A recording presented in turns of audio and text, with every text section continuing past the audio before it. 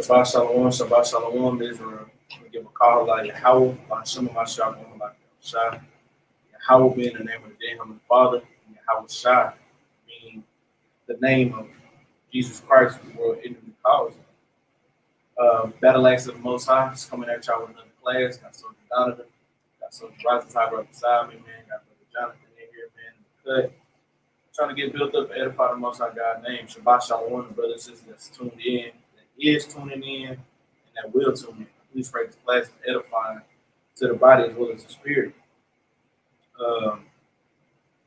Title of the class is How to Love. So, you know, me and Roger have been doing how-to videos, just giving up milk of how to do certain things when it comes to coming into the truth, right? Like we did how to defeat the Trinity doctrine, how to defeat the Jew North Greek, how to John 3:16. So today, kind of going to just kind of coast back a little bit and start getting back just to the milk thing, because when you come into the truth, you don't want to automatically learn how to cut something up. You want to get built up. Matter of fact, let's get Hebrews 5 and 12. Because when you come into the truth, you don't always just want to cut somebody up. Well, that's the zeal that you have. But the Lord said, you know, you need milk right now. You don't need that meat. You know, hey, that's milk to go into meat, because that Jew North Greek can get deep. That John 3:16 Christians try to make it deep, but it can get there if you get the right line Christian. All these things that we're going into could be deep classes and could be deeper to expound, like to be expounded. But love is one of the easiest things in the Bible to comprehend. Guess what? Who the Lord loves, why He loves them, and guess what? What does the Lord love for you to do, for us as Israel, right? Let's get Hebrews 5 and 12, man. Shabbat Shalom, Brother Jose, Brother Lamar, Sister Adea, the twins, Sister Mary Houston, and Sister Genesis, man. Shabbat Shalom to all you brothers and sisters, man. We're going to go to Hebrews chapter 5, and we're going to start at verse number 12. It's the book of Hebrews, chapter 5, verse 12. Bring it up. For when for the time ye ought to be teachers, Read. ye have need that one teach you again. So guess what? That's the first thing that the Lord wants you to do. When you think you are ready to teach, and you come into this truth, now you have a little bit of game. The Lord said, when you think you're able to teach, you have need of one teach you again. Meaning what? Start coming. Don't just come to one Sabbath day, one street teach. Oh, you heard a couple precepts. I'm ready to go home and go battle somebody. Because that person might know a little bit more milk precepts than you, and can twist and come screw them in the Christianic way. And guess what? Now you loop. Now you're reprobate. But guess what? Now you got the truth. Now you got confounded. The Lord said in Isaiah 45:17, we will be ashamed or confounded. Now you're making the ministry to be blamed, right? So when you feel like you ought to be a teacher, you say you have one that needs to teach you again, right? Read on. Which be the first principles of the oracles of God, Read. and are become such as have need of milk, And what? and not of strong meat. So guess what? These are the first principles. Becoming an oracle of the Most High God. Guess what? An oracle is somebody who prophesies His Bible. Give the things that happened to the past, the present, and give it to the future, right? Us coming into this truth, we didn't think we'd be able to tell the future. But the Most High God has given us through the scriptures. Like during Camp 101, we literally just went through the seven seals. We literally going through these things, reading through it, going through the accounts of the scriptures, and showing what's to come of Babylon the Great. Man. Guess what? When all those other Eastern countries, all these things and all the judgments are gonna come upon them, and guess what? The hope and resurrection that we're gonna get as a nation of people. And these are all the things that we've kind of been going through. But the Lord said, in order to become that thing, you have to have somebody to teach you again. You have to get this milk. You don't need that meat right now. You don't need a brother coming into this truth. And that first Sabbath he come in, he trying to break down the 12 pillars. He trying to break down the 7 seals. He kind of want to go into the whole Jacob and Esau story. He kind of want to, he kind of want to just dig a little deep, man. You want to get into the UFOs, the chariots. You want to get into all these things. But guess what? The thing he should know is, who is your Lord for? Who did he come for? Why did he come for? What do you need to do to make him happy? What do you have not to do to make him mad? These are the things we should be asking when we first come into the truth. What do I need to wear? Guess what? What's my heritage? What are the things that I need to do to please my God? And one of the main things is love. The Lord loves a lot of things, and the Lord hates a lot of things. But guess what? The Lord loves that you hate certain things too in the Bible. which we're not going to get into, right? But these are the milk that we need and not the strong meat, right? Read on. Verse 13. For everyone that uses milk Read. is unskillful in the word of righteousness. For he is a baby. But he is a who? For he is a baby. Now, guess what? Everybody who can just come out, you go to the highways and byways. And like literally the joke we like to say, you see a brother with a homosexuality spirit, but you ain't went over this. You only know Deuteronomy 10 and 12. You know Numbers 15:38. You see a brother, LMNOP alphabet. You be like, give me Numbers 15:38. This brother weak, he don't got no fringes. Now you're not pointing out the right spirit. But guess what? You see a sister that's dressed completely out of order, acting like a nigga woman. Give me Deuteronomy 10 and 12. What does your Lord require? Yes, he required to keep the commandment. Well, what's the commandment? I don't know. Shut up. And see, these are the things that make the ministry be blamed.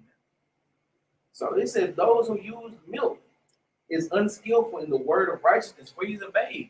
You don't want to come out and start fully battling when you know that you are a babe in the truth. We all are still babes in the truth spiritually. The Lord said, come back as a child. But we know some brothers and sisters have more wisdom than other brothers and sisters. That's why you have leadership. That's why you have captains, officers, deacons, bishops. That's why you have all these things, right? That's what you even have some sisters that fulfill their roles perfectly. Now they can be that Titus 2 and 3. They can be that 1 Timothy chapter 2. And they can show this to the young women and children, right? They know how to guide the household, like you say in 1 Timothy chapter 5. They know how to do these things, and they can show forth their fruits and their works. And these are the things we need to get back to, right? Just getting into the milk, getting into the richness of our heritage, which is the love of the Most High God, man. A lot of y'all tend to forget that our leaders and brothers and elders that we look up to, they was just like us. That's like right. Brothers that just coming into the truth. Hey, they had to learn somewhere too. That was dealing in that same type of spirit, trying to battle mom and daddy.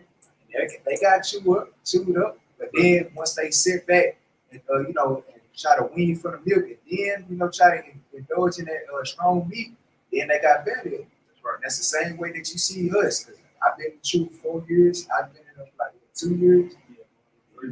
Hey, the Most High God got us teaching up here, man. So we elevate just as well as the next brother. That's right. So just take your time, man. Let's see. Yeah, and there's always certain stuff in the scripture that we read over. Like, I know brothers and sisters have been tuned into our classes every Friday. Y'all can literally see through the spirit of the Most High God how we find different things in the same scriptures we've been reading since we've been in the truth. It's always more milk that brothers and sisters can deep and dive into. But I'm going to tell you, the milk is the deepest thing in the Bible. Love is a deep thing in the Bible, man. But guess what? Love is some milk that once you get it, it starts to mature. You can age it. Now, guess what? You starting to mature this thing. Now you make cheese. Now you can make all these different things, but it starts with milk, man. Oh, man. But read on, now. Verse 14. But strong meat belonging to them that are full of age. So or full age. It says, but strong meat belonging to them that are of full age. Guess what, brothers and sisters that's been in this truth? 3 years, 4 years, 5, 6, 10, 20, 30 years. Brothers and sisters that's been getting the increase. That's not needless to say that a brother can come in the truth in 6 months. This brother has improved. The zeal of the Lord is on him. He on fire. Then, hey, by all means, if the Lord gives you that increase to start learning the meat, hey, all praise to the Most High. Or to the sister. Guess what? We know sisters shouldn't be teaching, going out battling, but guess what? Sisters need to know the precepts too. Sisters need to understand where to go when a certain spirit comes, what to do when certain things come up, and how to get out of these things. Not to say that they're going to battle their way out, but guess what? Sisters can be crafty and get out of there in certain situations by saying little. But all this is needless to say. That strong meat belonging to them of full age. That's why you see captains bring out deeper parabolic classes, bringing out all these things, right? Because they're a full age. They done been around. They've been able to deep and dive into the scriptures. I know one of my captains personally has read the Bible about 6 or 7 times. I'm still on my first go around, and I've been in the truth almost 2 years. And guess what? I'm taking my time with it. So, hey, who knows when I'll finish it, man? But, hey, that's just what it is, right? But read on. Verse 14 from the top. But strong meat belonging to them that are full age. That's right. Even those who by reason of use have their senses exercised to discern both good and evil. And that's what the thing is, man. when you come into this truth, you don't have a good discernment of good and evil because you still evil. You still shaking off that old man and woman. So you were willing to accept every person, everything that somebody does, you willing to accept it. But when you come into this truth, you get that full age, you're able to discern the spirits between right and wrong, good and evil, bad and good. You know how to discern these things better. Now you know what milk to use or what meat to use because why? You've been skillful in this age. You done aged the milk. Now you move into meat. Now you're growing up into this truth. And now the more you mature and the more you look at it, now you're able to attack and combat spirit, right? But all this is coming back into the milk of the class, the base of the class, and is how to love. And these are the things we're going to go into today, man. Let's go to 2 Chronicles, chapter 9. Kind of want to attack it on all different fronts. I want to show who the Lord loves, the things that he gave to those people he loved, a couple accounts, and just kind of touch on various aspects of what love truly is, right? 2 Chronicles chapter 9, verse 8. This is the book of 2 Chronicles, chapter 9, verse 8. Bring it up. Blessed be the Lord thy God, which delighted in thee, to set thee on his throne, Read. to be king for the Lord thy God. So this is going into King Solomon when the Queen Sheba, I want to say that's her name, Sheba, she came over from across the lands because she wanted to hear of this wisdom of Solomon. And she got to hear it and she was like, I got to see this for myself. And after this, she started exhorting, right? But read on. Because thy God loved Israel. Because who God loved Israel? Because thy God loved Israel. Because guess what? She even noticed she took it upon herself to say, your God loved Israel. That's why you got that spiritual increase. That's why you got that gain. Because it says, because thy God loved Israel, right? Read. To establish them forever. Read on. Therefore made he thee king over them. Read. To do judgment and justice. Right. It says, who had the greatest love for y'all in the Old Testament and New Testament? What do you mean? Make that a little bit more plain, Yeshua Yehuda, because if you asking that question, it'd be the Israelites all day, every day. The prophets, the apostles. We know Christ had the most greatest love because, I mean, that's his son. Think about all the works Christ did in the Old Testament, all the works that Christ did in the New Testament. So, I mean, Yeshua Yehuda, that's kind of a broad question. It says, who has individual Christ? I mean, just think about the love that Christ had for his Father. Given all the wisdom and understanding he did, he fulfilled every role in every aspect that he had. Israel as a nation always loved Christ. Guess what? Paul, when Saul went from Paul, all these things. I mean, are you looking for a specific person? Are you looking for a precept? I mean, we can go through it, but I mean, kind of make it a little bit more specific. Right? But it's saying the Lord said he loved Israel, man. This is the love that the Lord put upon from the beginning. He called us his firstborn. Even through the times of Jacob and Esau. We were always his firstborn. Why? Because we were given that greater inheritance. But read on. Verse 9. Probably could. No, we ain't got to read on. Let's go on more into the story. Let's get the classic, man. Let's get Baruch chapter 3, verse 36. It's a classic, man, but it hit hard.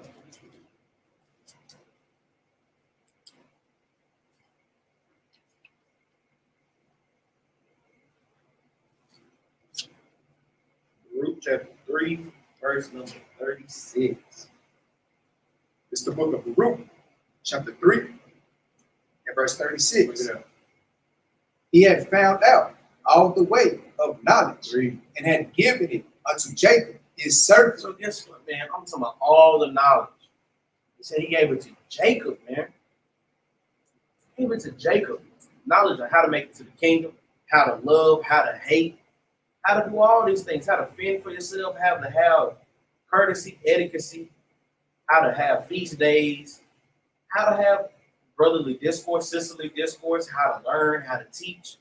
Everything that the Lord got, he said he gave it to Jacob, right? Read. And to Israel, his beloved. Man, we beloved of the Most High God, man.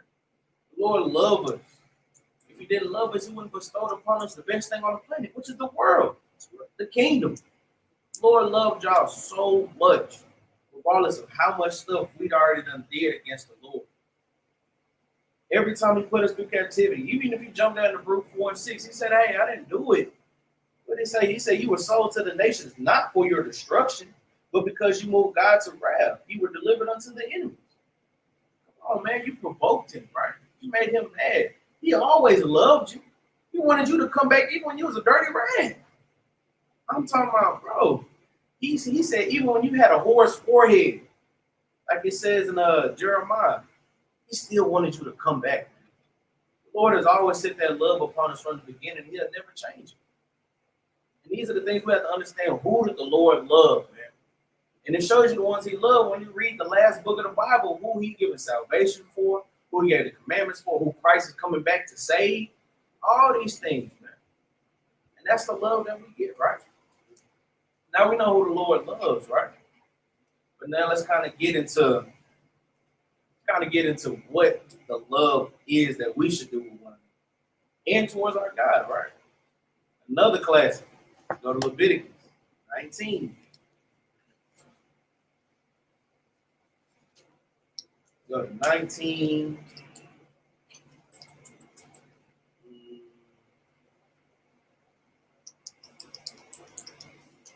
Let's start at verse number.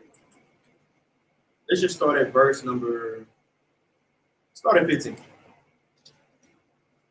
Leviticus 19, 15. It's the book of Leviticus, chapter 19 and verse 15. Bring it out. Ye shall do no unrighteousness in judgment. In fact, start at 1. Let's get the context. Verse 1 of Leviticus chapter 19. And the Lord spake unto Moses, saying, speak unto all the congregation of the children of Israel. The children of Israel, right? Read. And say unto them, ye shall be holy, for I, the Lord your God, am holy. So guess what? This is who the Lord is talking to, right? These are the laws that in the commandments and all the statutes that the Lord is finna command the children of Israel, right? Now jump down to verse 15. Verse 15, ye shall do no unrighteousness in judgment. Thou shalt not respect the person of the poor, Read. nor honor the person of the mighty, but in righteousness shalt thou judge thy neighbor. And this is love. All of these things is love, man. Because if you love the Most High God, you will keep his commandments. According to 1 John 5 and 3, right? John 14 and 15. We know a plethora of love precepts. Now, we could sit here and go through all of them and just show you, oh, the Lord love thy God if you keep his commandments. Love Lord your God. But that's not building a story or dialogue. It's not building the things that you want to see. Guess what? We know the Lord loves Israel. And you know he loves keeping up his commandments. And these are the commandments that he's given to the children of Israel so that the love that they got, they can give it to everybody else, right? But read on. Verse 16, thou shalt not go up and down as a talebearer among thy people. Read. Neither shalt thou stand against the blood of thy neighbor. I am the Lord. So guess what? The Lord, matter of fact, verse 15, right? It says you're not going to judge them wrong. You're not going to respect, you don't have no respect of persons, right? This is how you're going to judge one another. Verse 16, he don't want you to go up as a tattletale. Don't go telling everybody business. Don't go up and down saying he said, she said. That's not love. Because if you love that brother, you will go to that brother and tell him, hey, well, you need to fix that. Or, hey, well, guess what? Even how I brought it into my class, let it die with you, right? Some things don't need to be repeated. Some things don't need to be said. It was said here, and this is where it's going to die here. This is what the Lord loves, right? Read on. Verse 17, thou shalt not hate thy brother in thine heart. So guess what? If he don't want you to hate your brother in your heart, so what do you think he should want you to do? To love your brother. Read. Thou shalt in any wise rebuke thy neighbor. So guess what? You should not let your brother slide with nothing. Sister can't slide with nothing. Thou shalt in any wise rebuke thy neighbor. So guess what? At any time you have a chance to correct your brothers and sisters, correct them, man. Get them back on that straight and narrow path. When you see a brother kind of teetering, hey. Guess what? Kind of pat him on the side, man. Hey, get back to that straight and narrow. Because there be times with certain brothers and sisters, you see that certain brother that certain sister, they kind of fall and they kind of waxing a little weak. And instead of tapping them to kind of help them out, you kind of let it see how far it can go. Let me see how much she's going to try to cleave to me.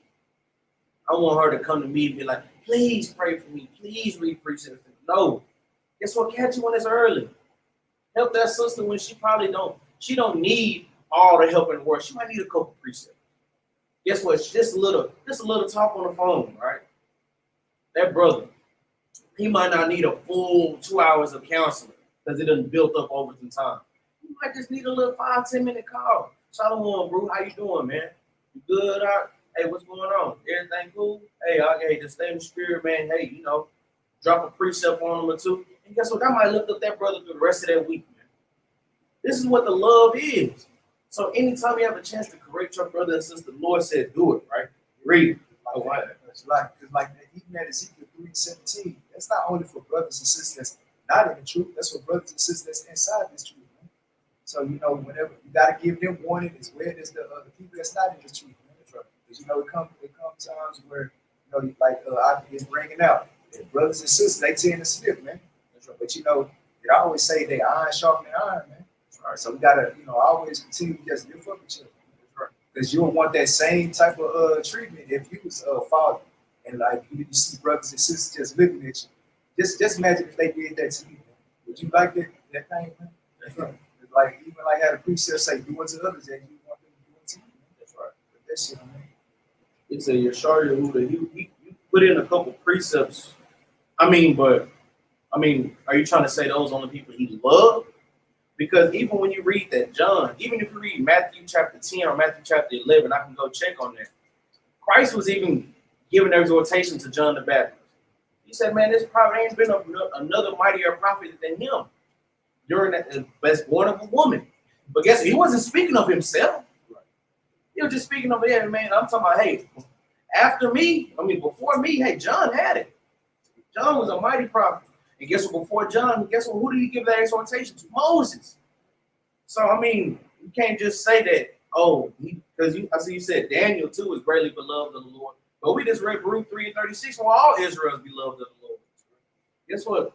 The Lord loved John because he was mighty in the truth. The Lord loved Paul because he was in his truth, right? The Lord loved Isaiah, Jeremiah. Guess what? Baruch, Moses, Aaron. He loved everybody. And if not, he wouldn't have given them all such commandments. Because here than it is, he's going to love that 130 and 144,000. That's right, man. Guess what? Even within all these loves, guess what? Christ loved his 12 disciples, but even within his 12, he had 4. Guess what? Even within then, he had a couple. He had 2. Christ even said himself, he says, no greater love than him that lay down his life for his brother. So guess what? That's even love on top of love. And these are the things that we kind of got to give out, man. So this is the love that we're trying to get back to as a nation of people, right? But read on, right? Verse 17 from the top. Mm-hmm. Thou shalt not hate thy brother in thine heart. Read. Thou shalt in any wise rebuke thy neighbor. Read on. And not suffer sin upon him. So guess what? You don't want your brother and sister to fall off into sin. Like I said, sharpen that iron. Don't allow it to become dull and rusted. Now guess what? Now you're letting the curves of the world get to it. Well, we know the Lord tries. He purifies his gold trying to fire, but guess what? The Lord also say, hey, lay not your treasures on earth and my blue corrupt. We know the gold of this earth, that's corrupt. Guess what? We know it's going to ultimately burn up. It's going to moth. It's going to rust. It's going to do all these things. But the gold that the Lord is trying, that gold ain't going to never do that, man. Come on now. We got to look at these things for what they are. Hey, but read verse 18, man. Verse 18. Thou shalt not avenge, nor bear any grudge against the children of thy people. Read that one more time. Thou shalt not avenge, nor bear any grudge against the children of thy people. So the Lord, this is the thing that goes heavy in Israel. Think about it. This is the milk precept that a lot of brothers and sisters read when they come to this truth, but a lot of brothers and sisters don't practice it. It says, thou shalt not avenge, nor bear any grudge against the children of thy people. Meaning the children of Israel, right? Guess what? It says thy people. We know who thy people is. It's talking about Israel. We got the context. That's crazy, man. Avenging, you so mad at this brother or sister, I just got to get them back. I might not get them back the same way they got me, but I'm going to get their ass. The Lord don't like that, man. Lord don't love that. Guess what? He don't love when a son's so mad at his dad he want to fight him now. And guess what? Look what the Lord will do to you. I mean, come on, that's plain as day.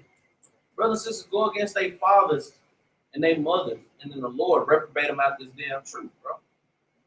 Come on now. Y'all know who we talking about too. Right. It's not only just him. It's many brothers and sisters that try to do that. And you see what happened to him, man. Go ahead, go ahead.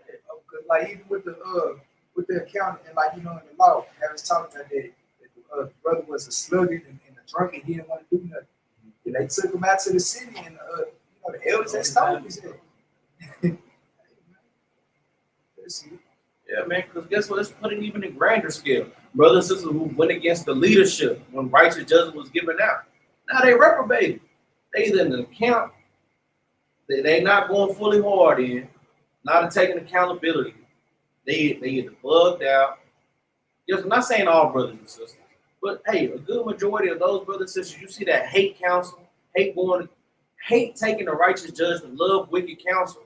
You see them there smoking, not keeping the Sabbath, change their doctrine because it fits their lifestyle. You've seen these things, man. The Lord is not a man that he shall lie, man. Neither the son of man he shall repent, man. The Lord he has a vendetta for people who like to try to get one up on people. That's for the Lord to do, man. The Lord said vengeance is his, man. So we got to leave that be, right? But read. Verse 19. No, 18. Well, verse 18, Shalak. Thou shalt not avenge, nor bear any grudge against the children of thy people. Read. But thou shalt love thy neighbor. But thou shalt who? But thou shalt love thy neighbor. As who? As thyself. Read. I am the Lord. So guess what? This is what we need to do. Love our neighbor as we love ourselves, man. That's not talking about Esau, Elam, Ham, Ammon, Japheth. None of them.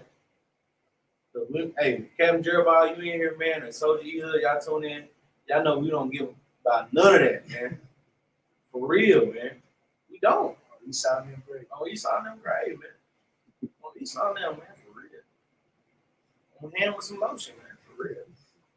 Like, think about these things, man. The Lord said you want to love your neighbor as you love yourself. You wouldn't try to get one up on yourself.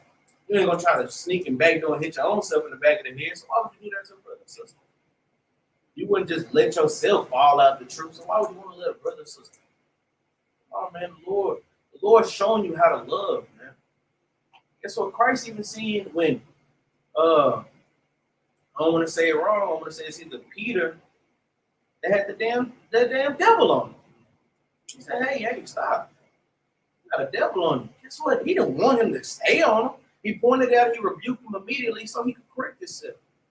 That's what Christ prayed for his disciples. Oh, he didn't want them to fall in that hour of temptation.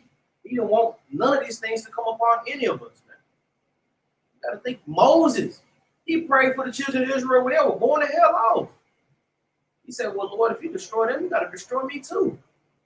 Come on, that's that no greater love as brother to lay down his life for his brother and sister, man. You look at Nehemiah, it was more tough love, but hey, he still had a love for his people. Hey, because he didn't want to go back in captivity, and he didn't want his people to go back into captivity. So that's why he smoked some up and plucked their ribs. But I'm gonna tell you, man, even Nehemiah threw up some righteous and mighty prayers for the Lord, man, of how to guide them the right way, man. Let me see if I can find it.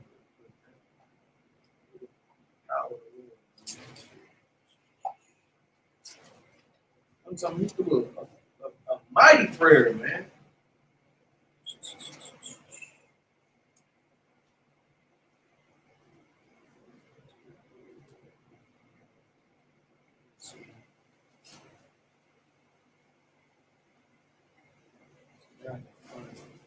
Brothers and sisters know what I'm talking about, man. When Nehemiah prayed to the Lord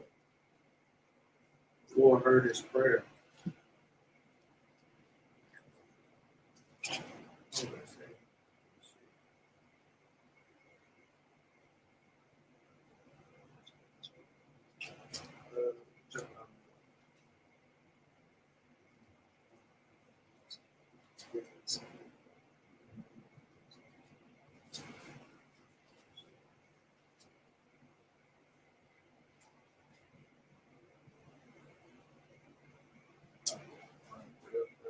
So like your brothers and sisters, when someone on the spirit that heavy, man, you feel like you gotta find it.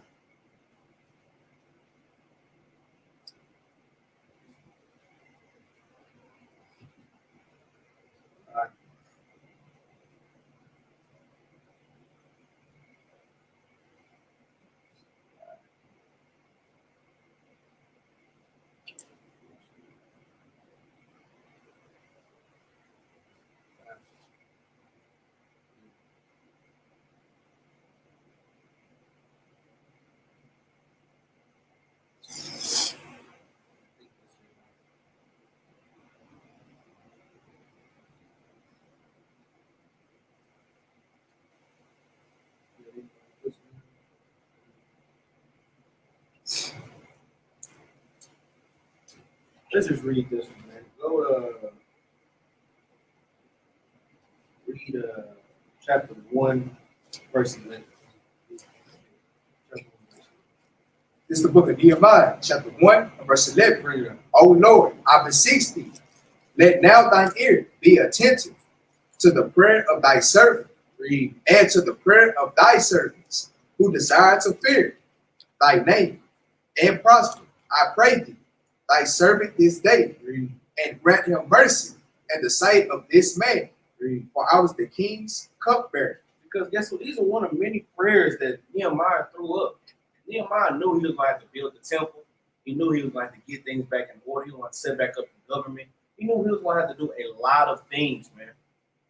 And before Nehemiah put forth any of his action, he threw a prayer up to the Most High God to give him that increase.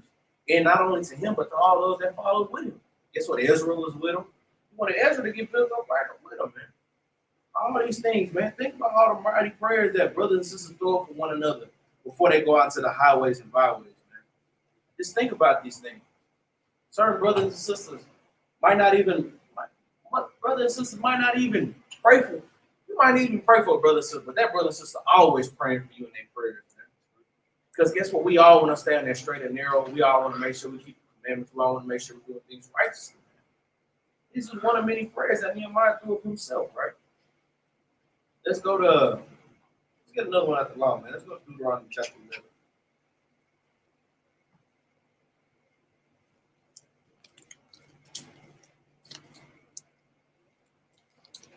Hey, Yeshua Yehuda, I don't know if you low-key scoffing or not, but you asked what's the second great commandment. I mean, you can read Exodus chapter 20. You can tell me. I mean, what's your point of saying that? Right? But let's go to that. I said Deuteronomy 1, right? Go ahead and read it out. This is the book of Deuteronomy, chapter 11, verse 1. Bring it up. Therefore, thou shalt love the Lord thy God, Read. and keep his charge, Read. and his statutes, and his judgments, and his commandments, always, Sometimes. always. The Lord said he wants you to do all these things all the damn time, man. Just like that one song. Forgot who was the Future at the same damn time, right? You know, Future was popping beans, popping mollies at the same damn time, right? You know, he had two bad harlots at the same time, right? Now the Lord wants you to keep his charge, keep his statute, keep his judgment and commandments at the same damn time, man. The Lord wants you to do all these things at the same time, man. Guess what? Whether that's loving your neighbor as well as getting built up and edified at the same damn time. As rebuking your neighbor and loving them and correcting them at the same damn time, man. As being a good leader and a good servant to the Most High God at the same damn time. All of these are the love that the Most High God is going to, man.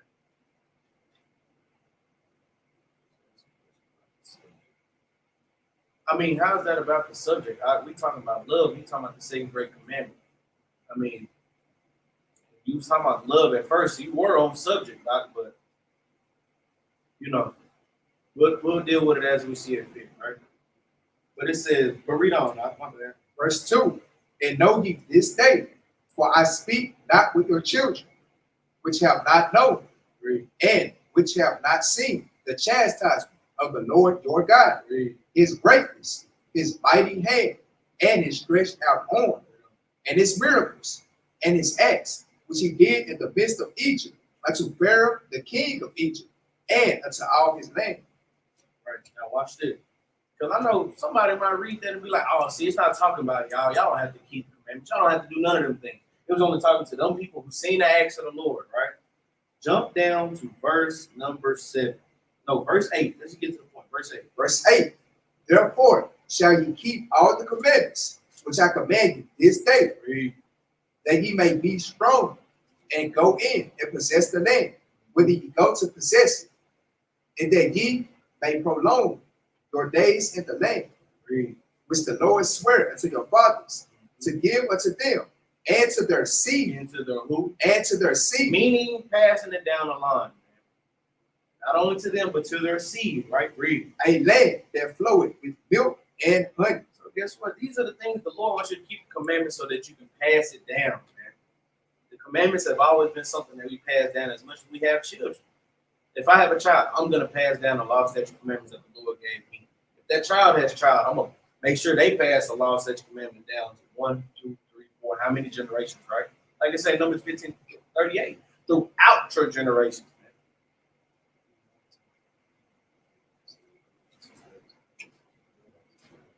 He said in the Old Testament.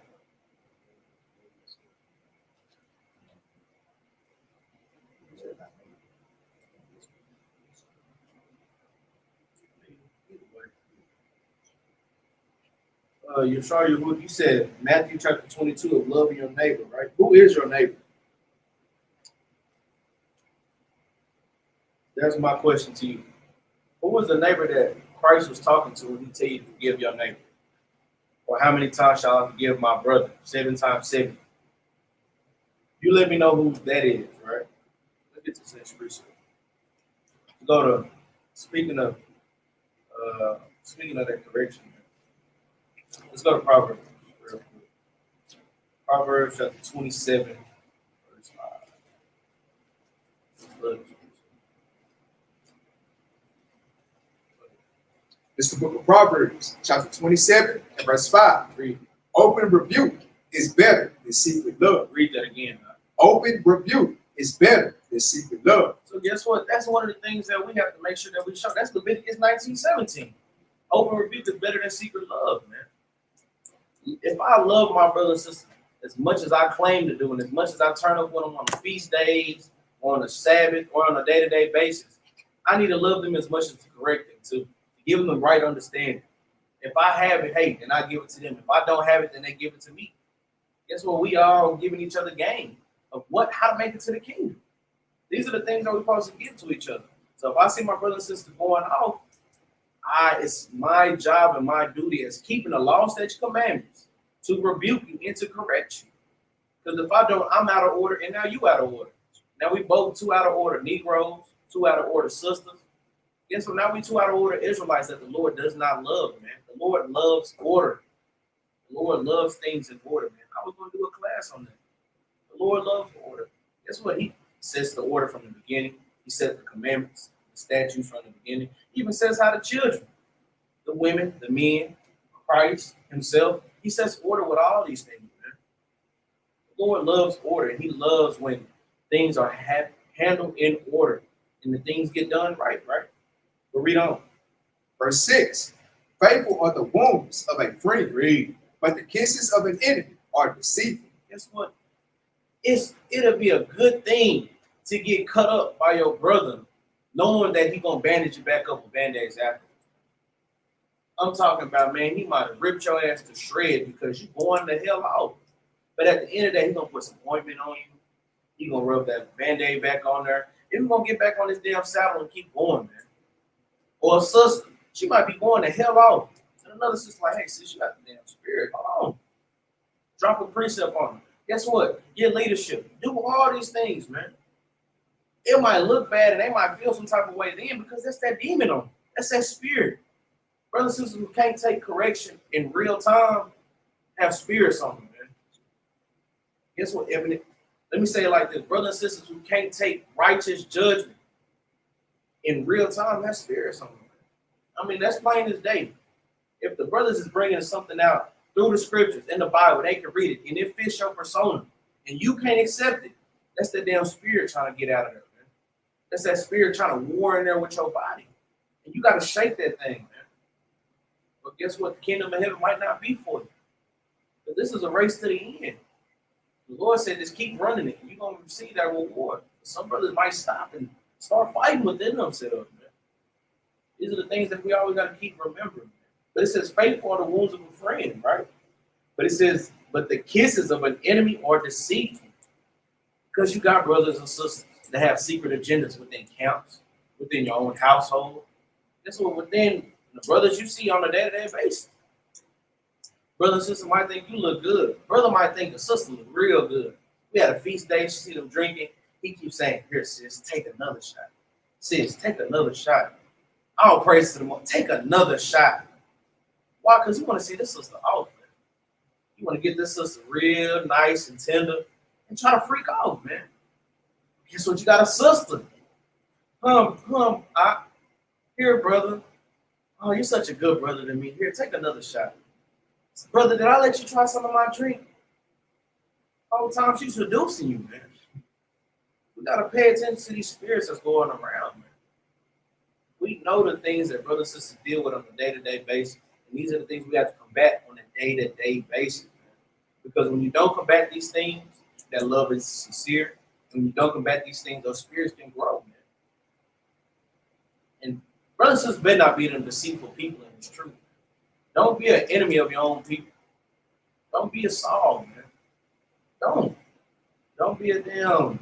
We were just talking about him today. Camp 101. The brother that sold the Israelites out in Second Maccabees. What was his name? Man, me and Jerubbaal just talking about him too, bro. What's his name, bro? I get mad every time I forget his name. What's his name? Alchemist. Don't be an alchemist, man. Don't be a wicked brother, man. Don't. Love your neighbors, man. Love your brothers and sisters of the 12 tribes of the children of Israel. Got to. Matter of fact, I want to give one more correction. Let's go to Sirach, chapter 20. Sirach, chapter 20. Go to Sirach.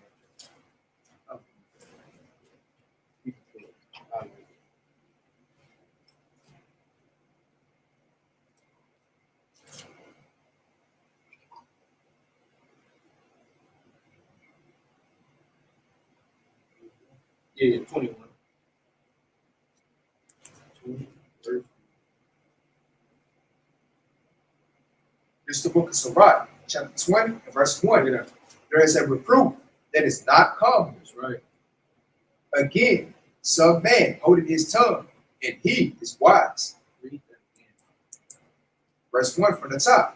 There is a reproof that is not common. Because guess what? Correction don't gotta come out the way that you think it's supposed to come out. I don't like the way he talked to me. He didn't sound sincere. Sister. Now he finna pull Jude on your ass. 1 and 22. Some say with compassion, some say with fear. Sometimes I gotta tell you, hey, quit being a dumbass. Because guess what you're doing? Like what Job said, you speak as one of them foolish women speaking. Or brother, you're talking out your damn body. Think about hey, what's his name? Man, I'm drawing a spiritual blank.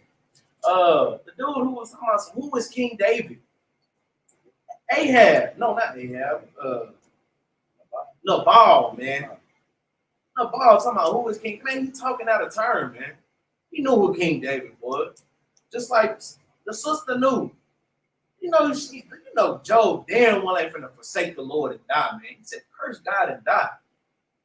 Come on, man. It's a reproof that's not calmly, man. Sometimes you gotta tell them, hey, you speaking as one of them foolish women speaking, man. Guess what, Nehemiah? His reproof damn sure wouldn't come. Guess what he told? He told him one time, don't come by this gate. Came back again. He said, hey, if I gotta come back again, I'm gonna lay hands on you, bro. They mad as hell walking up. Damn, I had the catfish. Now I gotta take it all the way back home to my village. Damn sure you know he didn't do it with Israel. He told them to put him away a long time ago. So he just pulled up on him, snatching her and putting nuggets and making a swear for God that we weren't gonna do it no more. Think about Judas Maccabees. We just read this, man. In First Maccabees chapter 1. When Mattathias was so filled up with zeal, he just went and slew the brother that was there making a sacrifice unto a damn demon. Guess what? That reproof damn sure wouldn't come, man. He killed that brother, man. But guess what? You gotta be able to take that, man. You got to be able to take it, man. Our favorite of Christ. Flipping the tables and Man, flipping the damn at these tables, man. And see, people don't understand that, man. Like, Christ, you think Christ went in the spirit when he was doing that, man? Because he talking about, hey, I'm about my father's business, man. And y'all over here going against the grain and stuff. Y'all think I ain't finna get pissed off, man? That's right. Sure, even when I was talking about that Peter, he said, man, you got a devil on you. Peter didn't want to hear that. Damn, bro. The Lord, kings and kings, just talking about I got a devil on me. Man, he finna kill me. I know he finna cast me out of darkness. Guess what? That proof wasn't comely. But guess what? It was needed, man. And that's the thing. We need correction in this truth. Brothers and sisters that come into a congregation and think you don't need to be corrected, something is wrong. Because the captains get corrected by other captains and by their elders. And the captains give out the correction to soldiers, sisters. Guess what? We know this correction is ultimately coming from who? The Most High God. And brothers and sisters like Capt say, y'all think it's just a nigga up here reading the Bible to y'all. But when y'all can see him go at that camp, oh, y'all some mighty brothers. Y'all teaching, y'all feeding the sheep. Y'all don't even know y'all going through counseling. It's just like being on the streets. Brothers and sisters out of damn order, and brothers and sisters got to give out the right counseling. And sometimes y'all don't want to hear it. Don't want to hear it. Hey, Lord said there's a reproof that is not comely, right? But read. There is a reproof that is not comely. Again, some man holding his tongue, and he is wise. That's right, Lamar Benton. So, hey, everyone needs correcting once in a while. That's true. Because why? If you don't correct somebody in a while, they're gonna think they always right. And guess what? That pride gonna inch up on them. That pride is gonna inch up. And like I even stated in one of my classes, man, it's stages to correction. Like where we read in what was that? 2 Timothy chapter 4. Reprove, rebuke, and exhort. Man, I got that Canaan spirit on me, man. Reprove, rebuke, man. Sure, I gotta rebuke that rebuke spirit, man.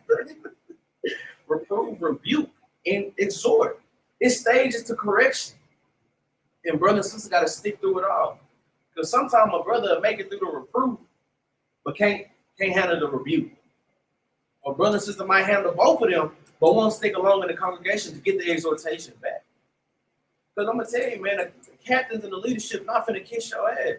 I'm just gonna tell you straight like that. If you go off, don't expect them to sugarcoat and hand feed you, man.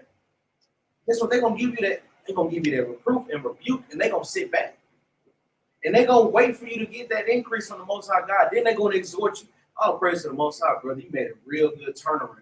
All praise to the Most High, sis. You made a good turnaround. And guess what? You might not even hear that from them. You're gonna hear from among your peers. Oh, guess what? Them prayers that you've been sending up to the Lord, now they're getting heard, man. Guess what? What better way to get some exhortation than from the Lord himself? Come on, man. It's different things to these things, but guess what? All this thing comes back down to that one word we've been focused on, and that's love. Love will get you all these things, man. Guess what? Like that, they said, it's a thin line between love and hate.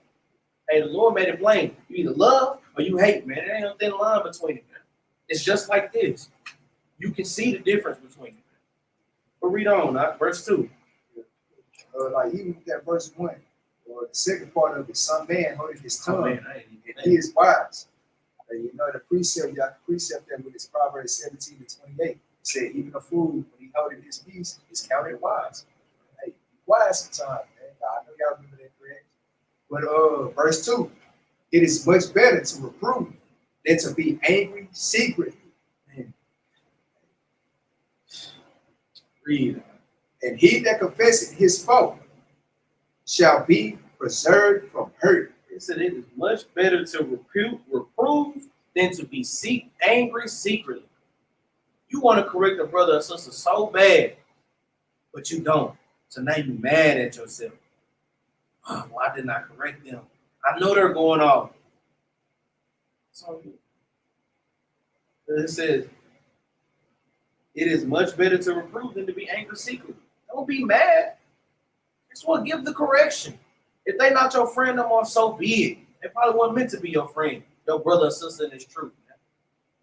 Guess what? If they can't accept that calmly, in that reprove, and that rebuke, and that exhortation, guess what? It might not have been for them. But on the other side, it says that he that confesses his fault shall be preserved from hurt. What's that hurt? The judgment of the Most High God, man. Well, guess what? The getting kicked out the camp, getting suspended, getting all these things. Guess what? From the leadership, ultimately from the Most High, those are some of the light things that the Lord will put on you. You don't confess none of your faults, and all of a sudden you wonder why you smoking cigarettes on the freeway. Damn. The Lord ain't preserving you from that hurt no more because why you haven't confessed your faults? And I'm gonna tell you, brothers and sisters, be bashful, man. And this chapter 20, if you jump down to 22, it's literally telling you about bashfulness through the Spirit of the Lord, man. That's what gets a lot of us in trouble, man. Because guess what? Love ain't bashful, man. If I love you, hey, I love you. This ain't elementary, middle school. Well, I'm so bashful and shy, I can't tell a girl I like her. I gotta write it down on a piece of paper. Do you like me? Yes or no? Hold it up in the paper, kind of flip it up, and just throw it at her and look away. No, the Lord is at your door, like this, beating on your door, say, hey, I love you. You need to love me, and this is what you need to do. Plain as day. I know that was a spirit that I dealt with, like when before I got into this truth, like that last one. Yeah, I didn't like messing with people, man. I like staying to myself, man. That's right. But then as time progressed, the Most High God, he started to exalt me, started having me teach. Now, doing classes and all these different type of things. Hey, I ain't had no choice but to open up. I even got some of my family members saying, man, you used to not talk at all. But I'm like, whenever it comes down to this word, man, hey, I'm speak boldly, man. How you finna be ashamed about this thing? This is what I do. It's gonna be to the death of me, man. But hey, that's it. Right. And you 100% right, Moses the messenger. That's 2 Corinthians 11:6. That's a great precept. But though I be rude in speech, yet not in knowledge, right? And then he said, even when you don't correct someone, you begin to build resentment towards yourself and that person. That's 100% true, man. Now you're like, damn. Because guess what? You don't get that correction. And now you don't see no correction go forth at all. Guess what? The captains might not catch it. The sister might not catch it. Brothers might not catch it. Why? Because the Lord put it on your spirit to catch it. Man. And now you're like, damn. Now this brother ain't getting corrected. He can do whatever the hell he wants. Why can't I do that? And you're 100% right. Like that's in the spirit, man. I'm telling you, man. That's tough. But watch this. Verse 3. You know we get intrigued. Verse 3. How good is it when thou art reproved? Man, how good is it when you are reproved, man? How good is it when you can get corrected by a brother or sister, knowing that it's all love behind the correction, knowing that you get that Leviticus 19:17 love, that Proverbs 27:5 love, man. Knowing you're getting that Sirach chapter 20 love, knowing that I'm getting love straight out the damn scriptures, and I gotta accept it. Is Christ gonna be sitting up here trying to appease to your feelings in the wilderness? Well, guess what? Even when he come back, you see Christ crack the sky. You try to tell him, I don't like the way he cracked the sky. You should have did it quieter. Well, I got a bone to pick with you, Christ. Come on, man. Christ's not hearing none of that. You can say any of that. He ain't rolling down the damn thing, man. Knock it down 10 Edomites straight. Come on, man. The Lord not playing with you. You got to be able to take the correction from your fellow brothers and sisters, because when it come game time and game day, when you in front of the Mashiach himself, the Lord not playing with that. The love that he going to give you is by killing you off and wiping you off the face of this earth, man. That's the love he's going to be giving out there. Protecting and preserving his elect and getting the wicked away from him. That's going to be his love, and that's going to be his motive when he come back. That's Christ's only motive. And putting the heathen in submission and destruction. We know that's coming with it. But we talking about the love he got for his people.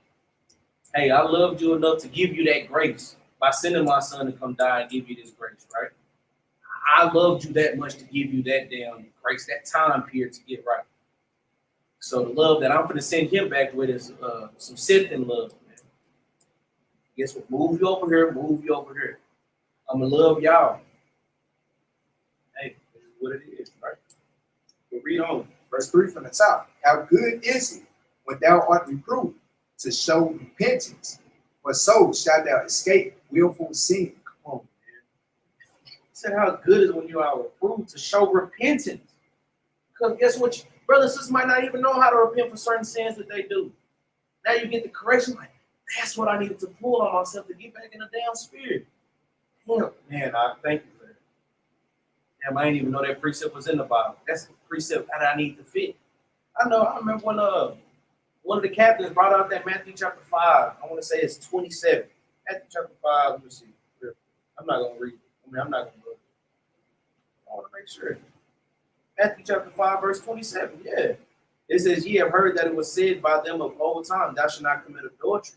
But I say unto you that whosoever looketh on a woman to lust after her hath committed adultery with her already in his heart.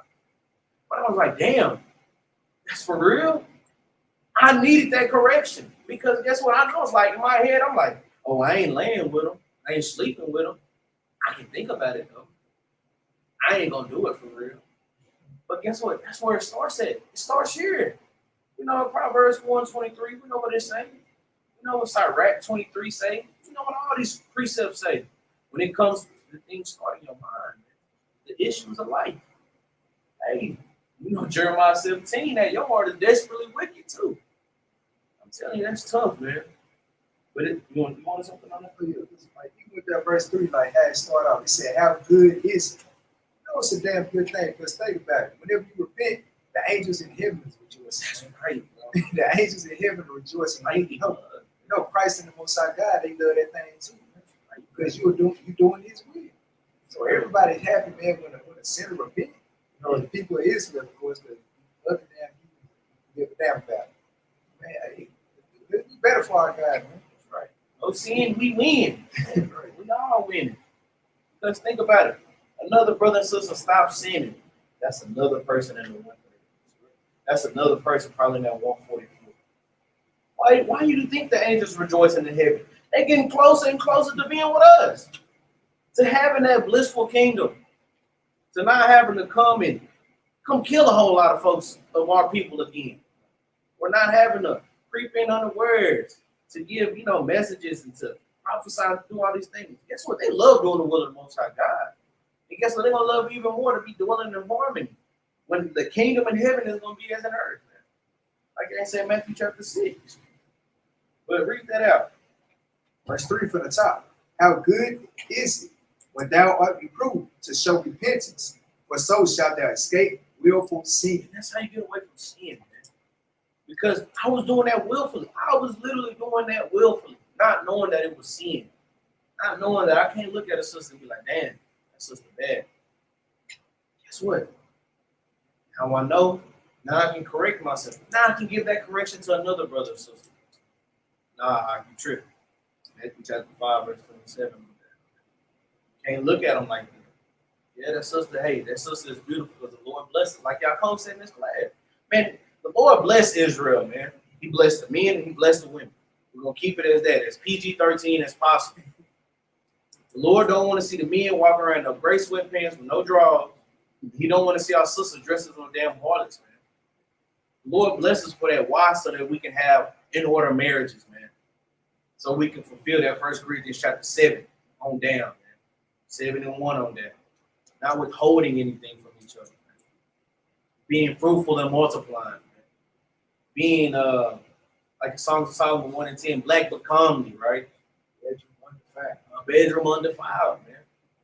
That's what a nation undefiled, man. And all this stems back to love. All it is. It says, we're in the Torah, we commanded to love Yahweh. Deuteronomy 11 and 1, we just read. Deuteronomy 10 and 12. I mean, it's in a plethora of precepts you can go to. Do you want them? I can go down and read you a couple of them. I mean, 1 Kings chapter 8, verse 47 on down.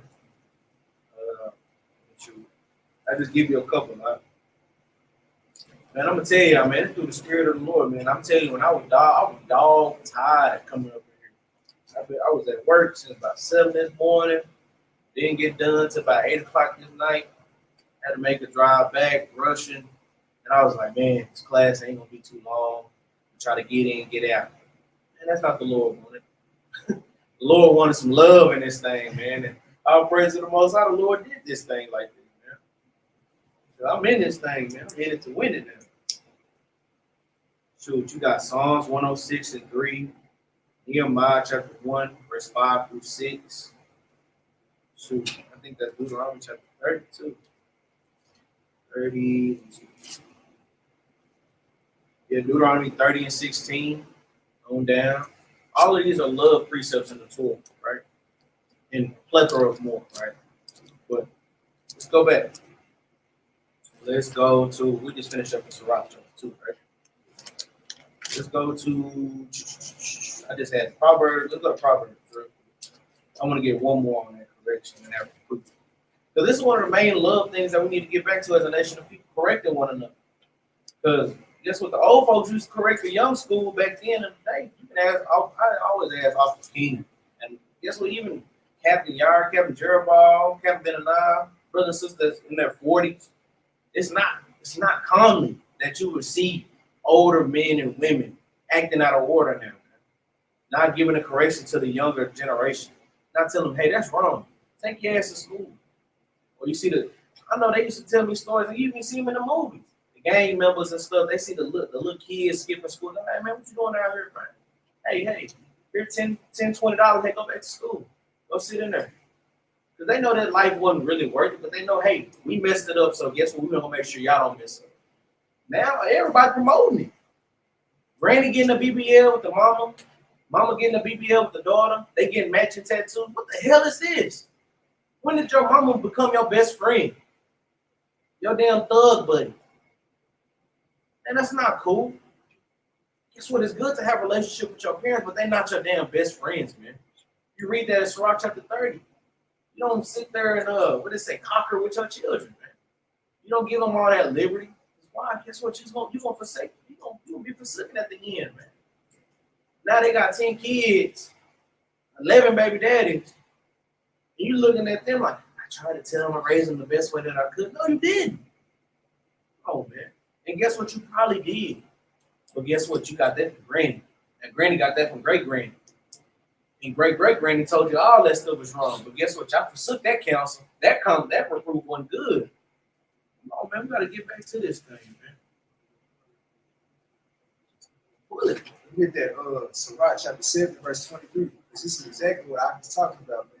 Like, mamas and the daddies, they try to be friends with their children.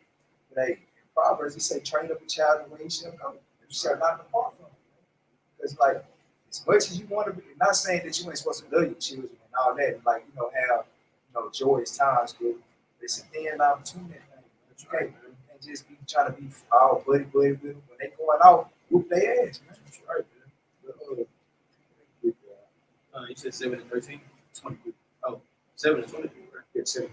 The book of Sirach, chapter 7, verse 23. As thou children, instruct them, and bow down their neck from their youth. So, it's like laying upon tables. As thou children, instruct them, man. That's the first thing. What we going to instruct them by? These laws, statutes, and commandments. And bow down their neck from their youth. So, hey, have your foot on their neck. Not in the physical aspect, but, be strict, man. Hey, they want to go out to these parties and stuff. They always be getting shot up. No, keep your ass at the house, man. But read on. Verse 24. As thou daughters, have care of their body. Do what? Have care of their body. So, hey, don't be letting your daughter be out here sleeping with every, Capt and I always say, every time getting carried, man. Because, hey, when you do that, then, hey, the rate of having an STD is at an all-time high already, man. So they can catch that, or they can get pregnant by a no good Negro, man. That's gonna try to leave, man. A Deuteronomy 28:54 type of dude. But read on. Verse 20. No, it's like, as thy daughters have care of their body, and show not thyself cheerful towards them. Read that again. Why? And show not thyself cheerful towards them. Because that's the main part of it, man. Basically, tell you, hey, don't be friends with your daughter, man. Hey, make sure she's carrying herself in the way the Most High God wanted her to carry herself. Well, want her to carry, he want her to carry herself. Because, hey, once she start getting into this world and going to these clubs and sleeping with these dudes and all type of different things, man. Hey, Most High God, he really don't want no business with him, man. I mean, he is telling you to repent for it, but we see our women nowadays, man. We see the younger women and the children. Hey, they got all type of colors, different type of colors in their head. Hey, being all at the West End, all times of the night. It's just too many different things, man. The Most High God, he ain't dealing with it. But it all starts with you not being a friend to him. That's it. That's right, man. It's also you showing that you love him. That's right. That's not a comment. It may not be a comment you love, but hey. Like even when I was saying Sirach chapter 30, I know Brother Jonathan put Sirach 30 and 12. That's the precept for it, man. That's literally the exact precept for it, man. So I'm just gonna read Sirach 30 and 1. It says, he that loveth his son causing him oft to feel the rod, that he may have joy of him in the end. If you love your children, you're gonna whoop their ass. Like Maccabee said, and I always remember this class, man. It's like they playing, yeah, baby, go baby, pow, that ass, man. We not playing like that, man. Guess what? No, we're not gonna entertain our children twerking, entertain our sons with guns and shooting dice and trying to be the best D-boy and do all that. We're not entertaining that, man. We're not. Guess we're not entertaining our daughters talking about, oh, we love Sexy Red, we love this right here, we love this pop star, we love Megan Thee Stallion, we love these people. No, we're not entertaining that, man. Guess what you want to hear your children, man? We love your Howard. We love your Howard shop. We love Dorcas, Sarah, Aaron, Moses. These are the people you want them to look up to, the men and women of renown, man. Let's go to Proverbs, man. Matter of fact, that was perfect. I really don't even need to get that. Let's go to Proverbs, but let's go to chapter 8, verse 18. Verse 13. Yeah, 8 and 13. Like even back then, like how we was talking about earlier in the class, that children, they would get put to death back then. You know, so the Most High God, he showed a whole lot of liberty to them now. You know, he let them get away to a certain extent until he get tired of them, and then they wound up getting shot. And, you know, heard about on the news. This is the book of Proverbs, chapter 8, verse 13. The fear of the Lord is to hate evil, pride, and arrogancy, and the evil way, and the forward mouth do I hate. So guess what? We know what the Lord loves. Now let's get a taste of what the Lord hates, man. The Lord hates pride, evil, arrogance, the evil way, the forward mouth, all these things that the Lord hates, man. So if you're not doing the things that the Lord loves, you're doing the things that the Lord hates. And if he hates you, what do you think you're gonna get, man? We know he don't care for the heathen at all, man. And if he hates them, like if we was to go to Psalms 139, you know, the Lord hate, right? Oh man, these are the simple things that we gotta realize. That's one I want to get at so much too. All right.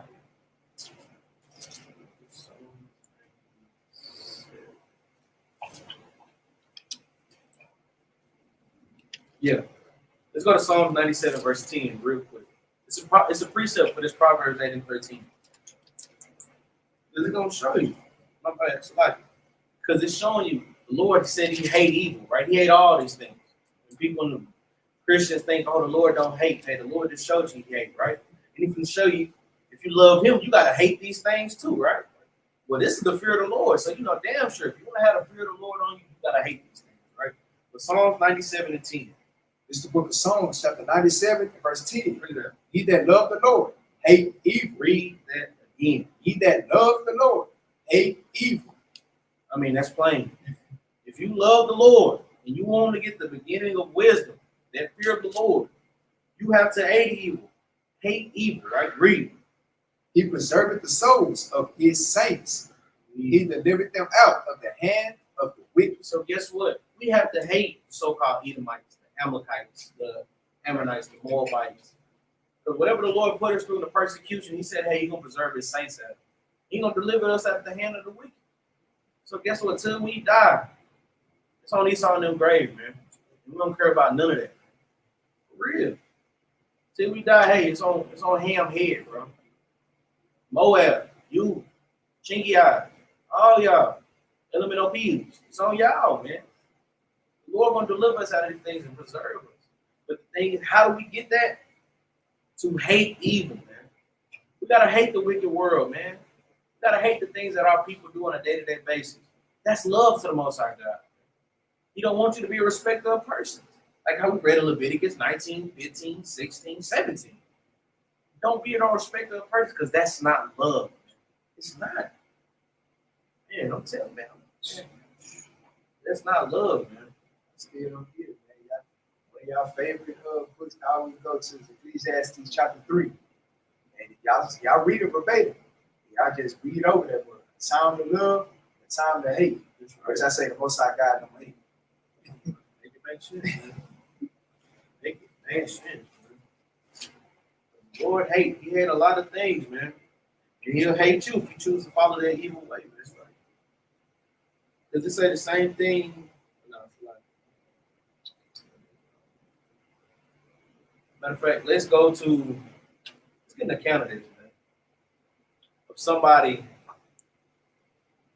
Yeah, let's go to somebody showing that love, that brotherly love that we need today. Go to 1 Samuel.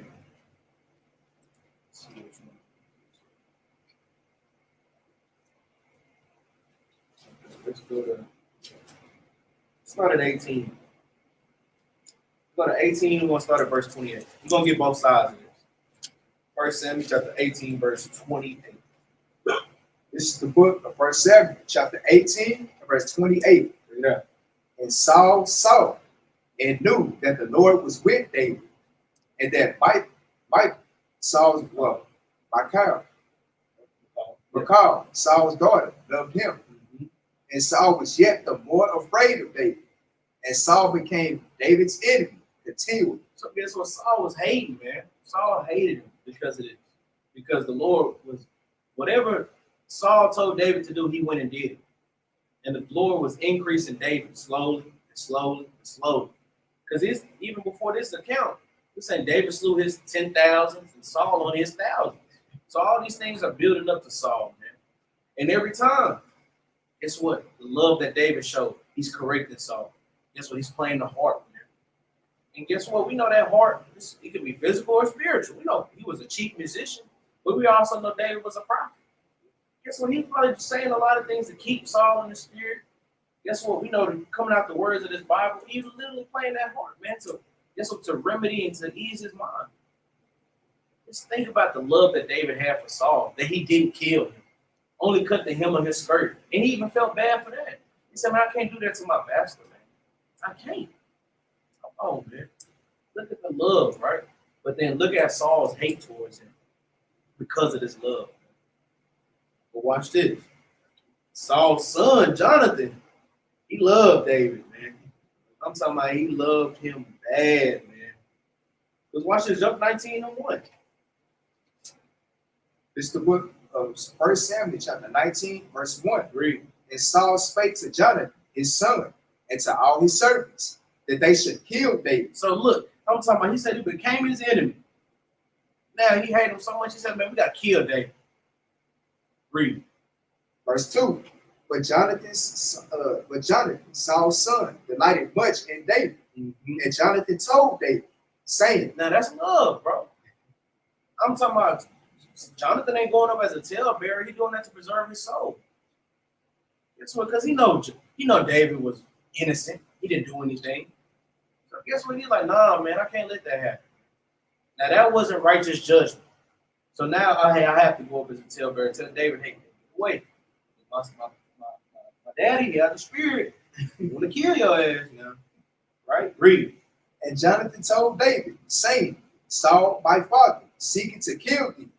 Now, therefore, I pray thee, take heed to thyself until the morning, and abide in a secret place, and hide thyself.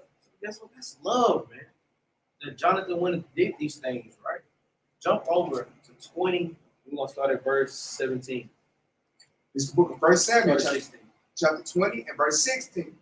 So Jonathan made a covenant with the house of David. Not only he made it with David himself, he made it with the house of David, man. Everything that pertained to you, David, read. Saying that the Lord even required it at the hand of David's enemies. Read. And Jonathan caused David to swear again. Read. Because he loved him. Because he loved him. He made David swear again, man. Hey, man, I love you, man. Read. For he loved him as he loved his own soul. Man, come on, man. I'm talking about, man, Jonathan loved David, man. And guess what? That's how you should love brothers and sisters in this truth, man. You should love, guess what? Brothers and soldiers should, guess what? To love their captains, their soldiers, their fellow soldiers in this war. Love them as much as you love your own soul. That's what you see these brothers, mighty in the word, mighty in the truth, doing the things, man, brick by brick, piece by piece, magnifying the ministry, not allowing the ministry to be blamed, man, putting on for Yahweh and Yahweh Shah, doing the things that we need to make it to the kingdom. We should love brothers and sisters with that much love, man. You see sisters doing the work like Dorcas, man. Doing the work like Sister Mary, man. You see sisters doing these things like Sister Esther. You see sisters putting it all out on the line, man. You should love sisters like your own soul, man. Read. You good? Go ahead. Verse 18. Verse 18. Oh, yeah, no. Let's go into the new. But let's jump over to 2 Samuel. We can get a little bit more love from Samuel, man. I mean, from Jonathan.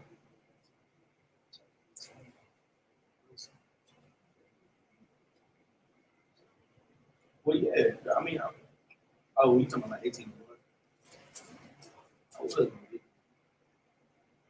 of fact, yeah, you go to 18 and 1 before we go to. This is the book of 1 Samuel, chapter 18, and verse 1. 1 Samuel 18 and 1, y'all. It's a lot. Go ahead. And it came to pass, when he had made an end of speaking unto Saul, that the soul of Jonathan was knit with the soul of David, and Jonathan loved him as his own soul. This is where the love started, man. I'm talking about Jonathan loved David so much, it's like he knit him with his own soul.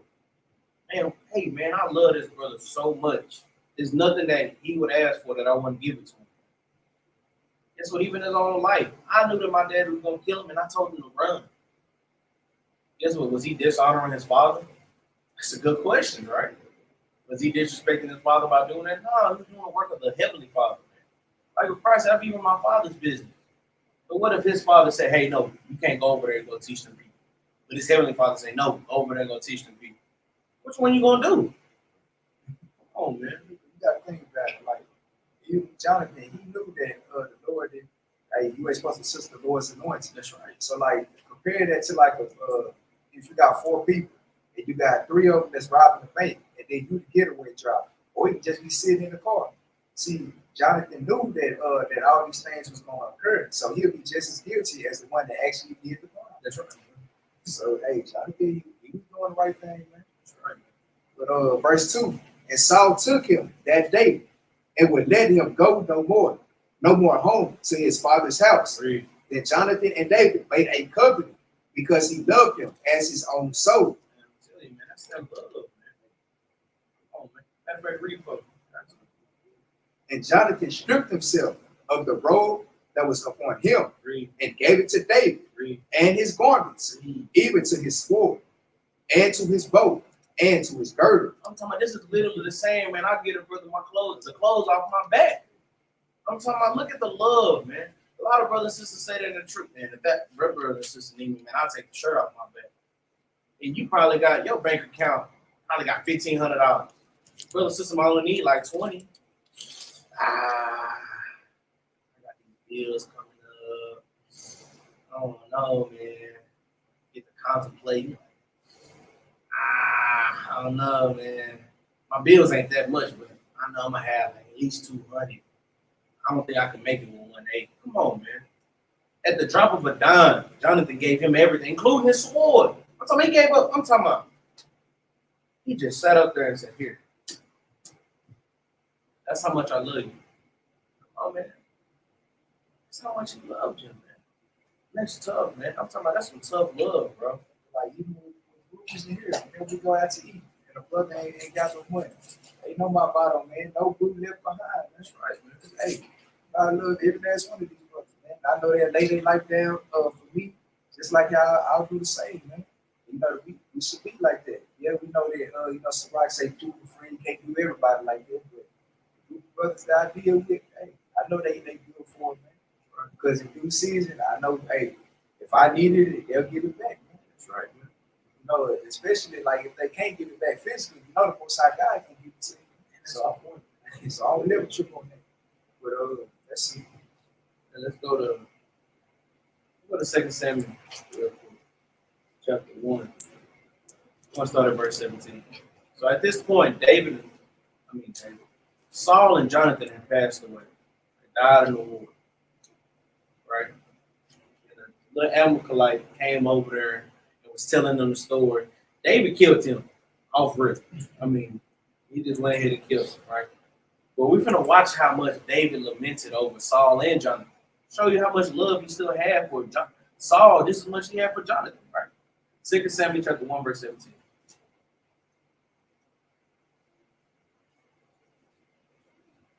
This is the book of 2 Samuel, chapter 1 and verse 17. And David lamented with this lamentation over Saul and over Jonathan, his son. That's right, man. Jump down to verse number 20. Look at verse 23. Verse 23. Saul and Jonathan were lovely and pleasant in their lives, and in their death they were not divided. Right. They were swifter than eagles. They were stronger than lions. It's tough. Read. It's like you write on somebody's obituary, man. Read. Ye daughters of Israel, weep over Saul, who clothed you in scarlet with other delights, Read. who put on ornaments of gold upon your apparel. You know. How are the mighty fallen in the midst of the battle? Man, I'm talking about, man, David going hard, man. Christians love to talk about the sermon pastor give, man. Look at this thing that David going through, man. I'm talking about, hey, you daughters of Israel, everybody in here. And you sisters, hey, he got all y'all right, man. None of y'all want it for nothing. Guess what? We know brothers and sisters now got a nickel and dime for everything that we get. When he was messing with Saul, Saul had all the women in order. So David commanded them to weep for him, to feel bad. Guess what? To lament. Guess what? To know that the mighty one is fallen in Israel, man, just like his son. It says, how are the mighty fallen in the midst of the battle, man? Read. O Jonathan, Read. thou was slain in thine high places. Man, like, think about it. He's like yelling this stuff, man. He got feelings. Like he says, how are the mighty fallen in the midst of the battle? Oh, Jonathan. Damn, they done got my dog. Think about it. You know, David was a Jake, man. He probably like, got my, you know what I'm saying? I got my brother, man. Come on, think about it. Brother and sister always got somebody in the world that they lost somebody close to them. Somebody you think you could have never lived another day without. And just think about this. This is David right now. This is literally David going through those things right now. Like, oh, Jonathan. You're like, think about it, bro. You just be sitting there like, dang, my brother gone. My mama gone. My granny gone, right? You just sitting there and look at these things. Like, damn, how did it happen, right? It says, read. I am distressed for thee. Hey, I'm hurting for you. I'm hurting. It feel like, hey, I'm talking about this hurting bad, right? Read. My brother Jonathan. My brother Jonathan. My dog, man. Read. Very pleasant hast thou been unto me. Read. Thy love was to me wonderful. It said thy love to me was wonderful, man. The love that Jonathan showed David, man, all the way to death was wonderful. Read. Passing the love of women. Man, I'm talking about, man, David, man, Jonathan loved David so much, man. And I'm talking about he wouldn't miss. I'm telling you, man, I'm talking about that's mighty as hell, man. Because brothers might think, oh man, what is no homo. No. Come on, bro. Because it was during times, even back in the day, well, guess what? You give your brother a hug. Guess what? A kiss on the cheek, a kiss on the forehead. Guess what? I remember when people used to get out of prison in the movies, they used to put their homeboys in the head like, I miss you, boy, I ain't seen you in a minute. That's love. I mean, hey, they might have had some different love in prison, but guess what? It's different things, man, different scenarios. Be serious. But the thing is, we don't lost that connection of love that we think everything is a certain type of way, a certain type of portrayal. That's what I'm talking about. It's so bad that a father can't even kiss his son no more. Oh, nah, he a pedophile. He trying to, man, come on, man. That's his son. I'm talking about, we got to break these things, Israel. It's like, think about it. When it says passing the love of women, think about it. If you got a wife, you do any and everything for that right, woman, man. You put your life down on that life. But he said it's a passing that. Hey, I'll do more for this brother, man. Give him everything. I'll I'm give back, everything, bro. man. So that's all he's saying. I know he got a lot of brothers got sisters. They got them. Everything's been sexual. Everything's been sexualized. Everything is been So, sexualized. we know that David wasn't given that type of spirit. That's right. 3:27. Verse 27. How are the mighty fallen, and the weapons of war perished? Damn, that's a mighty thing, man. David was doing that. That lamentation right there was mighty as hell, man.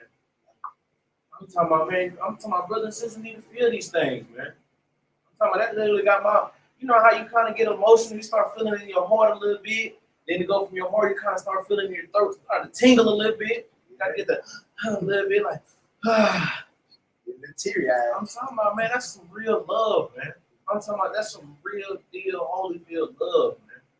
Not only did David had love for Jonathan, she still had love for Saul. To go back retrieve Saul's bones, no matter how much he did them, and bury him in the king's sepulchre. To not touch the Lord's anointing, to do the things that he needed to do for Saul, even when he knew Saul was going off. That's love, man. I'm talking about that's love, man. And we got to get back to that as a nation of people. Jonathan did it unto death, and these things will remember evermore. We got to do that to brothers and sisters while we're here right now, man. That way, when we die, they know that they felt that love, man. Think about it. Granny and Grandpa, they passed away, and you sit there like, dang, Granny and them love me. You don't really kind of feel bad. Like, I know they love me. They show me each and every day. They proved it to me all the time. This is how we need to get back to that love, man.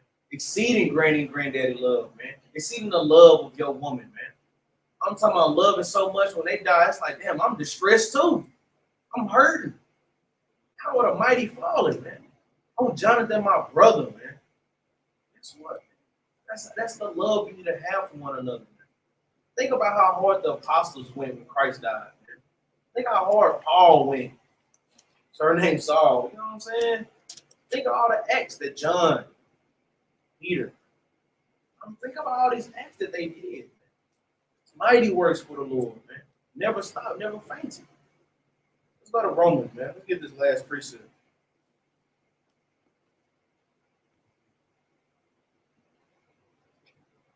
Uh, 13 and 8. No. Yeah, we're done. Let's go to Romans. I'm talking about, man, brothers and sisters really got to meditate on it. Really got to meditate on it. That's some deep love right there, man. And guess what? It's twofold, man. You should love your sisters, should love other sisters just like that, man. I'm talking about love for so much you get the shirt off your back for a certain sister. Guess what? You know you love all your sisters. And to the ones that hold dear to you, guess what? You make sure that you can get your soul together with them. And keep keeping the commandments. Well, Romans 13 and 8, man. Let's read. It's the book of Romans, chapter 13, and verse 8, right? Yeah. Oh, no, man. And I got my brother, man. Got him up here, love. I don't know if it's the frankincense. I don't know if it's that lamentation, man. Probably the frankincense, man. Hey, just get the spirits off me. If I don't know that I had one on me, frankincense is going to protect that thing, man. That's right. Romans 13 and 8. This is the book of Romans, chapter 13, and verse 8. Owe no man anything but to love one another. But to who? But to love one another. Read. For he that loveth another hath fulfilled the law. Boom. Right? That's it. Okay, don't gotta keep the law. As long as I love them. Now I'm gonna show you what that love is, man. Read. For this thou shalt not commit adultery. So if I love my brother and sister, I'm not gonna commit adultery with them nor against them. Read. Thou shalt not kill. If I love, I'm not going to kill my brothers and sisters. No, I'm not going to allow them to kill me. Read. Thou shalt not steal. If I love my brothers and sisters, I will not steal from them. Read. Thou shalt not bear false witness. If I love my brothers and sisters, I'm not going to lie against them. Read. Thou shalt not covet. If I love my brothers and sisters, I'm not going to be envious toward them nor bear any grudge against them because of something that they have that I don't. Read. And if there be any other commandment, There be who? if there be any other It commandment, sounds like more than 2 commandments, because if he said any other commandment, meaning that means the adultery was a commandment, the kill was a commandment, the steal was a commandment, the false witness was a commandment, and the covet was a commandment. That's 5. If I can count. 1, 2, 3, 4, 5. It says any other commandment. Read. if there be any other commandment, it is briefly comprehended. Meaning, hey, it should be easily resonating through your mind, right? Read. A bridge. Literally. If there be any other commandment, it is briefly comprehended in this saying, Read. namely, thou shalt love thy neighbor as thyself. And I'm talking about that's the love, man. You think you fulfilled the law. How do you fulfill the law? Because you're doing the law, man. You fulfill the law because you're doing the things it's fulfilled to do. To love your neighbor, to not covet, to not commit adultery, to not steal, to not murder, not bear false witness. You're fulfilling the law, so you don't. It's not like you're not keeping the law. You can read that in 1 Timothy chapter 1, verse 9 on down, right? Read this last verse, verse 10. Verse 10. Love worketh no ill to his neighbor. Read that again, man. Love worketh no ill to his neighbor. And that's plain as day, man. Love ain't gonna work nothing evil towards one another, man. Read. Love worketh no ill to his neighbor. Read. Therefore, love is the fulfilling of the law. Amen. And with that, man, we're gonna say shalom. No, you don't turn it off here. Shabbat shalom to brothers and sisters that tuned in, man. Y'all like, share, and subscribe. Help us push this truth to the four corners of the earth, man. Like I said, man, the water, brothers and sisters, man, the water to give to the GoFundMe, the cash out, the money being greatly used to the magnification of a nation, man. The water, brothers and sisters, man. The water for the righteous. That's what the righteous sacrifices y'all doing on a day-to-day basis, dying daily, killing up that old man, old woman, throwing up the righteous prayers, the righteous fasting, hoping to get us out of these pearls, these troublous times that we're going to go through, and continue to give us the increase in these last days. Thank you, brothers and sisters that tuned in. Like I said, man, y'all keep enduring, keep loving. Guess what? Keep hating the evil way and keep fulfilling the law, man, which is what? Loving your neighbor, which is the 12 tribes of the children of Israel, man. I'm talking about just keep this love going, keep this thing pushing. I apologize for this late class, man. Captivity was hell, but guess what? I would not love it no other way than to come build my brothers and sisters. No other way. We always tell brothers the battle axes, man, continue to keep the law, statutes, commandments. We always gonna finish with a law, man. I just want to read that Deuteronomy 11:1 again.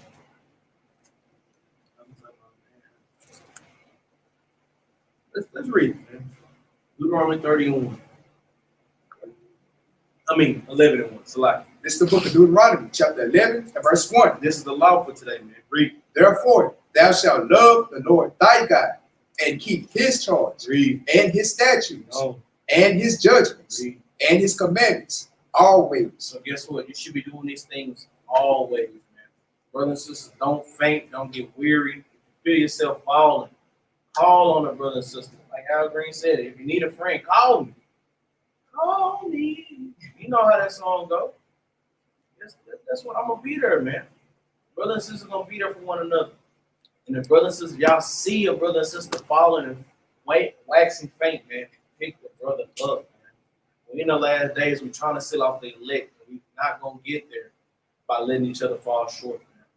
If we wanted to do that, we would go to church on Sunday and believe in Christianity. But with that, man, we're gonna say Shabbat Shalom.